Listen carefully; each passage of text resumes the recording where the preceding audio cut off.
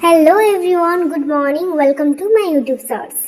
तो सांग माने मुई आपण मान को कहिसिली नेक्स्ट वीडियो रे कि मोर झियो जाउछन गां, तो एतिलाई मुई ताकर घर के आसी छे मनीषा संगे रहबार लागी। तो मुई इटा सकालु गाधी पादी किना रेडी ही किना पले आसली मोर झियो घर के। आ मुई आसला बेले के मनीषा इटा पूजा करूछे। आ मनीषा होचे मोर झियोर झियो। तो पूजा पाठ सरला परे आमे आसलु ब्रेकफास्ट करवा लगी। और मनीषा वीडियो के आसवा लगी लागी इसी एते लगी वीडियो के मुई हेता के ना आने। और याडे दादा खाना पीना सरी के ना दुकान बाहरी लानो।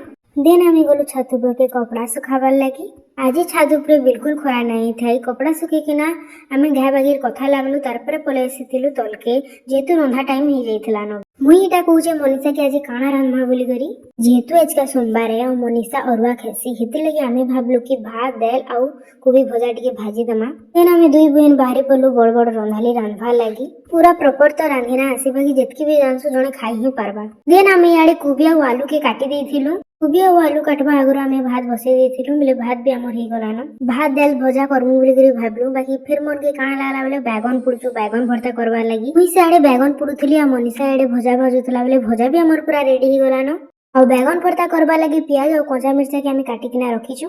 देन दाल के आमे परजी देलु। परजी देला परे बैगन भरता भी हमर याडे रेडी हिची। तो आजिरो वीडियो के आमे इनु एंड करबा। जदि वीडियो आपण मन को भल लागिछि लाइक करबे, शेयर करबे, सब्सक्राइब करबा लगी बिल्कुल ना भूलबे। Thanks for watching.